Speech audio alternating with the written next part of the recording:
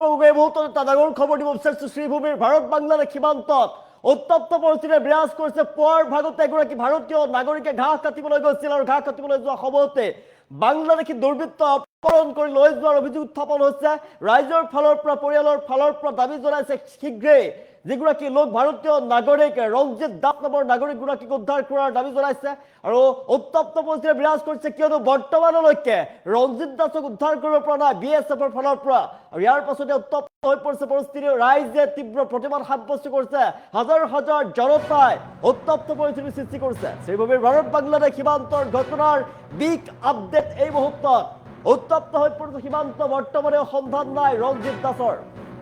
এতিয়ালৈকে ৰঞ্জিত দাসৰ সন্ধান লাভ কৰিব পৰা নাই। আৰক্ষীৰ ফালৰ পৰা ঘটনাস্থলীত উপস্থিত হৈছে বিধায়ক কমলাক্ষ দেৱ প্ৰকাশ্য।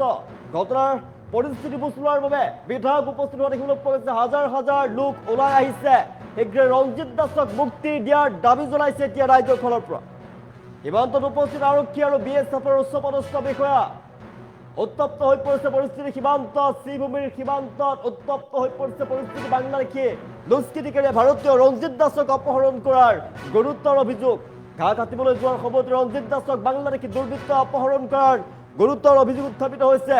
শ্ৰীভূমিৰ উত্তৰ কৰিমগঞ্জ সমষ্টিৰ ৰাজাতিলাত ভাৰত বাংলাদেশ সীমান্তত উত্তপ্ত হৈ পৰিছে পৰিস্থিতি। উত্তপ্ত হৈ পৰিছে পৰিস্থিতি। শ্ৰীভূমিৰ ভাৰত বাংলাদেশ সীমান্ত, ৰাজাতিলাৰ ভাৰত বাংলাদেশ সীমান্ত আৰু সেই সীমান্তত উত্তপ্ত হৈ পৰিছে পৰিস্থিতি। আৰু সমগ্ৰ পৰিস্থিতি বুজ লোৱাৰ বাবে বিধায়ক কমলাক্ষ দেৱ প্ৰকাশ্য উপস্থিত হৈছে, সমস্যাৰ বুজ লৈছে। শীঘ্ৰেই ৰাইজৰ ফালৰ পৰা দাবী যে ৰঞ্জিত দাসক মুক্তি দিব লাগে, ৰঞ্জিত দাসক বিচাৰি উলিয়াব লাগে, কিয়নো পুৱাৰ ভাগত গৈছিল ভাৰতীয় নাগৰিক ৰঞ্জিত দাস পুৱাৰ ভাগতে গৈছিলে, ঘাঁহ কাটিবলৈ গৈছিলে, তাৰপিছত নোহোৱা হৈ আছিলে। ঘাঁহ কাটিবলৈ যোৱাৰ পাছৰ পৰা নোহোৱা হৈ আছিলে। পৰিয়ালে যেতিয়া বিচাৰ প্ৰচাৰ কৰিছিলে, তাৰপিছত গম পালে বাংলাদেশী কোন দুৰ্বৃত্তই লৈ গৈছে ৰঞ্জিত দাসক। আৰু পুৱাৰে পৰা এতিয়ালৈকে সন্ধান নাই ৰঞ্জিত দাসৰ। BSF জোৱানক দাবী জনাইছিল ৰাইজৰ ফালৰ পৰা, ৰাইজে আৰু পৰিয়ালৰ ফালৰ পৰা দাবী জনাইছিলে যে ৰঞ্জিত দাসক বিচাৰি উলিয়াব লাগে, উদ্ধাৰ কৰিব লাগে, কিন্তু এতিয়ালৈকে ৰঞ্জিত দাসক বিচাৰি উলিয়াবলৈ সক্ষম হোৱা নাই BSFে বাংলাদেশ BJPৰ সৈতে বাংলাদেশ সীমান্তত আৰক্ষীৰ সৈতে তেওঁলোকে আলোচনাতো মিলিত হৈছিল, ফ্লেগ মিটিঙতো মিলিত হৈছিল, কিন্তু তাৰ পাছতো কিন্তু উদ্ধাৰ কৰিবলৈ সক্ষম হোৱা নাই। আৰু ঘাঁহ কাটিবলৈ যোৱা ৰঞ্জিত দাসক বাংলাদেশী দুৰ্বৃত্ত অপহৰণ কৰাৰ গুৰুতৰ অভিযোগ উত্থাপিত হৈছে। এতিয়া ৰাইজে হাজাৰ হাজাৰ জনতা ওলাই আহিছে, সীমান্তত উত্তপ্ত হৈ পৰিছে পৰিস্থিতি। ৰঞ্জিত দাসক বিচাৰি উলিয়াব লাগে, ৰঞ্জিত দাসক বিচাৰি উলিয়াব লাগে, তেওঁৰ মুক্তিৰ দাবী জনাইছে এতিয়া ৰাইজৰ ফালৰ পৰা। বাংলাদেশী কোনো দুৰ্বৃত্ত লৈ যোৱাৰ গুৰুতৰ অভিযোগ উত্থাপিত হৈছে। এতিয়া সীমান্তত ভাৰত বাংলা সীমান্তত উত্তপ্ত হৈ পৰিছে পৰিস্থিতি। আমি দৃশ্যাংশ দেখুৱাই আছো, ভাৰত বাংলাদেশ সীমান্তত উত্তপ্ত হৈ পৰিছে পৰিস্থিতি। ইতিমধ্যে BSF আৰু BJPৰ মাজত চলি আছে বৈঠক। BJP আৰু BSF জোৱানৰ মাজত, ভাৰতীয় BSF জোৱান আৰু বাংলাদেশী BJPৰ মাজত আলোচনা হৈ আছে। এটা আলোচনাৰ অন্তত এতিয়া বিচাৰ প্ৰচাৰ আৰম্ভ কৰা হৈছে, তদন্ত কৰা হৈছে, কিন্তু এতিয়ালৈকে কিন্তু ৰঞ্জিত দাসক উদ্ধাৰ কৰিবলৈ সক্ষম হোৱা নাই। ৰঞ্জিত দাসৰ খবৰ পোৱা নাই, কোনো সূত্ৰ লাভ কৰা নাই। তাৰ পাছত দেখিবলৈ পোৱা গৈছে হাজাৰ হাজাৰ জনতা ওলাই আহিছে। বৰ্তমান ঘটনাস্থলীত কমলাক্ষ দেৱ প্ৰকাশ্য, বিধায়ক কমলাক্ষ দেৱ প্ৰকাশ্য সমগ্ৰ ঘটনাৰ পৰিস্থিতিৰ বুজ লৈছে। আমি দৃশ্যাংশ দেখুৱাই আছো। ভাৰত বাংলা সীমান্তত উত্তপ্ত হৈ পৰিছে পৰিস্থিতি। ৰঞ্জিত দাস নামৰ লোকজন সীমান্তত নোহোৱা হোৱাৰ পাছতে উত্তপ্ত হৈ পৰিছে পৰিস্থিতি। ঘাঁহ কাটিবলৈ যাওঁতে বাংলাদেশী দুৰ্বৃত্ত অপহৰণ কৰি নিয়াৰ অভিযোগ উত্থাপিত হৈছে। শ্ৰীভূমি জিলাৰ ৰাজাতিলা ভাৰত বাংলাদেশ সীমান্ততে ঘটনা সংঘটিত হৈছে।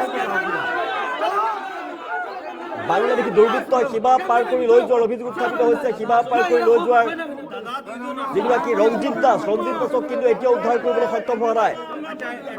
BSF আৰু BJPৰ মাজত বৈঠক চলি আছিলে, কিন্তু এতিয়াও লোকজনক উদ্ধাৰ কৰিব পৰা নাই। ইয়াৰ পিছতে ক্ষোভিত হৈ পৰিছে জনতা আৰু খবৰ ল'বলৈ গৈছে কমলাক্ষ দেৱ প্ৰকাশ্য। তেওঁকো এতিয়া জবাবদিহি কৰিছে, শীঘ্ৰেই ৰঞ্জিত দাসক বিচাৰি উলিয়াব লাগে। পুনৰবাৰ জনাইছো, পুৱাৰ ভাগতে ঘাঁহ কাটিবলৈ যোৱা ৰঞ্জিত দাস এতিয়ালৈকে নোহোৱা হৈ আছে। ৰঞ্জিত দাসক বিচাৰি উলিয়াব লাগে, ৰাইজৰ ফালৰ পৰা দাবী উত্থাপন কৰা হৈছে। শীঘ্ৰে ৰঞ্জিত দাসক বিচাৰি উলিওৱাৰ দাবী উত্থাপন কৰিছে ৰাইজে। উত্তপ্ত পৰিস্থিতি সৃষ্টি কৰা দেখিবলৈ পোৱা গৈছে। ভাৰত বাংলাদেশ সীমান্তত উত্তপ্ত হৈ পৰিছে পৰিস্থিতি। শ্ৰীভূমিৰ ভাৰত বাংলাদেশ সীমান্তৰ আমি দৃশ্যাংশ দেখুৱাই আছো। শ্রীভূমির ভারত বাংলা সীমান্ত ডিস্টার্ব করে খুঁয়েছে হাজার হাজার রাইস চলাই আহিছে উত্তপ্ত হয়ে পড়ছে পরিস্থিতি সীমান্তবর্তী অঞ্চলে উত্তপ্ত হয়ে পড়ছে পরিস্থিতি বিধায়ক কমলাক্ষণে প্রকাশিত উপস্থিত হয়েছে বর্তমানে সন্ধান হওয়া লাভ করা নাই ৰঞ্জিত দাসক শীঘ্ৰেই বিচাৰি উলিয়াব লাগে ৰাইজৰ দাবী ৰাইজৰ দাবী উত্থাপন হৈছে ৰাইজৰ ফালৰ পৰা শীঘ্ৰেই ৰঞ্জিত দাসক বিচাৰি উলিয়াব লাগে ঘটনাস্থলী কমলাক্ষণে প্ৰকাশিত বিধায়ক কমলাক্ষণে প্ৰকাশিত উপস্থিত হৈছে আৰু সেই দৃশ্যাংশ আমি দেখুৱাই আছো ক্ষোভিত ৰাইজে দাবী উত্থাপন কৰিছে শীঘ্ৰেই বিচাৰি উলিয়াব লাগে ৰঞ্জিত দাসক ভাৰতীয় নাগৰিক ৰঞ্জিত দাসক বিচাৰি উলিওৱাৰ দাবী উত্থাপন কৰিছে ৰাজ্যৰ ফালৰ পৰা ভাৰত বাংলাৰ সীমান্তত অধিক ভয়াবহ পৰিস্থিতি বিৰাজ কৰিছে ঘটনাস্থলীত উপস্থিত হৈছে বিধায়ক কমলাক্ষণে প্ৰকাশিত সমগ্ৰ ঘটনাৰ বুজ লৈছে কমলাক্ষণে প্ৰকাশিতই লোকজনক বিচাৰি উলিওৱাৰ দাবী উত্থাপন কৰা হৈছে শীঘ্ৰেই লোকজনক বিচাৰি উলিয়াব লাগে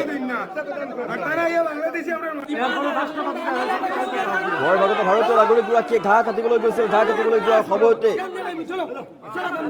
বাংলাদেশী নাগৰিকে বাংলাদেশী দুৰ্বৃত্তই অপহৰণ কৰি লৈ গৈছে বুলি অভিযোগ উত্থাপন কৰিছে পৰিয়ালৰ ফালৰ পৰা কিন্তু পুৱাৰে পৰা এতিয়ালৈকে নিৰুদ্দেশ হৈ থকা ৰঞ্জিত দাস উদ্ধাৰ হোৱা নাই ৰঞ্জিত দাসক উদ্ধাৰ কৰাৰ দাবী জনাইছে এতিয়া পৰিয়ালৰ ফালৰ পৰা ৰাইজৰ ফালৰ পৰা দাবী উত্থাপন কৰিছে সীমান্তত নোহোৱা হৈ পৰিছে ৰঞ্জিত দাস ভাৰত বাংলাদেশ সীমান্তত উত্তপ্ত হৈ পৰিছে পৰিস্থিতি হাজাৰ হাজাৰ ৰাইজ ওলাই আহিছে শীঘ্ৰেই কৰাপ্ত কৰাৰ দাবী উত্থাপন কৰা হৈছে BSF জনক দাবী উত্থাপন কৰিছে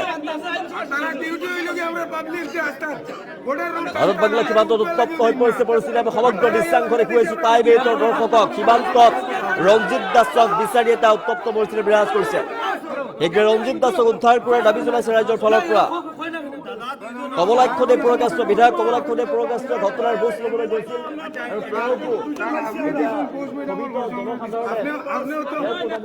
শীঘ্ৰেই বিচাৰি উলিয়াব লাগে ৰঞ্জিত দাসক শীঘ্ৰেই বিচাৰি উলিওৱাৰ দাবী উত্থাপন কৰিছে হাজাৰ হাজাৰ লোক ওলাই আহিছে সীমান্তত উত্তপ্ত হৈ পৰিছে পৰিস্থিতি শ্ৰীভূমিৰ ভাৰত বাংলাদেশ সীমান্তত এতিয়া উত্তপ্ত হৈ পৰিছে পৰিস্থিতি এতিয়ালৈকে ৰঞ্জিত দাস নামৰ যিগৰাকী ভাৰতীয় নাগৰিক তেওঁ উদ্ধাৰ হোৱা নাই পুৱাৰ ভাগতে ঘাঁহ কাটিবলৈ গৈছিল ৰঞ্জিত দাস ঘাঁহ কাটিবলৈ যোৱা ৰঞ্জিত দাসক এতিয়ালৈকে BSFে বিচাৰি উলিয়াব পৰা নাই ভাৰতীয় সীমান্ত আৰক্ষীয়ে এতিয়ালৈকে বিচাৰি উলিয়াবলৈ সক্ষম হোৱা নাই তাৰ পিছতে এনেদৰে হাজাৰ হাজাৰ জনতা ওলাই আহিছে ৰাইজ ওলাই আহি উত্তপ্ত পৰিস্থিতি সৃষ্টি কৰিছে আৰু খবৰ ল'বলৈ যোৱা বিধায়ক কমলাক্ষণে প্ৰকাশিতকো জবাবদিহি কৰিছে জনতাই স্থানীয় ৰাইজে জবাবদিহি কৰিছে শীঘ্ৰেই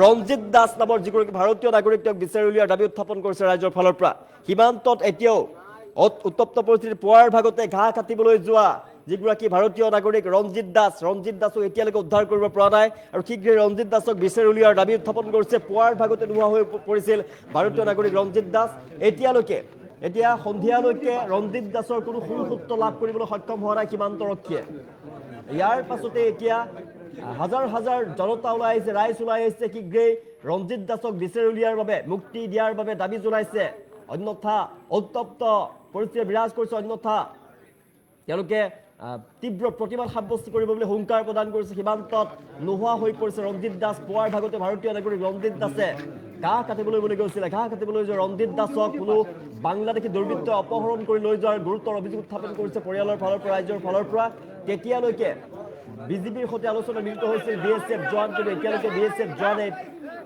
বিচাৰি উলিয়াবলৈ সক্ষম হোৱা নাই ভাৰতীয় নাগৰিক ৰঞ্জিত দাসক দেখিবলৈ পোৱা গৈছে পুৱাৰে ভাগত নোহোৱা হৈ যোৱা ৰঞ্জিত দাসক যেতিয়ালৈকে বিচাৰি উলিয়াবলৈ সক্ষম হোৱা নাই আৰু সীমান্তত ক্ৰমে বৃদ্ধি পাইছে পৰিস্থিতি ভয়ংকৰ পৰিস্থিতি বিৰাজ কৰিছে হুলস্থুলীয়া পৰিৱেশ সীমান্ত দেখিবলৈ পোৱা গৈছে উত্তপ্ত হৈ পৰিছে জনতাৰ তীব্ৰ ক্ষোভ দেখিবলৈ পোৱা গৈছে খবৰ ল'বলৈ অহা বিধায়ক কমলাক্ষণে প্ৰকাশিতকো ক্ষোভিতভাৱে তেওঁলোকে প্ৰশ্ন উত্থাপন কৰিছে দাবী উত্থাপন কৰিছে শীঘ্ৰেই লোকজনক মুকলি কৰি দিব লাগে শীঘ্ৰেই লোকজনক বিচাৰি উলিয়াব লাগে দাবী উত্থাপন কৰিছে হাজাৰ হাজাৰ লোকে সীমান্তত অবৰ্ণনীয় পৰিৱেশৰ সৃষ্টি হোৱা দেখিবলৈ পোৱা গৈছে হাজাৰ হাজাৰ জনতা ওলাই আহিছে আৰু তীব্ৰ প্ৰতিবাদ সাব্যস্ত কৰিছে ভাৰতীয় নাগৰিক ৰঞ্জিত দাসক শীঘ্ৰেই মুকলি কৰাৰ দাবী উত্থাপন কৰিছে শীঘ্ৰেই অভিযান চলাই ৰঞ্জিত দাসক মুকলি কৰি দিব লাগে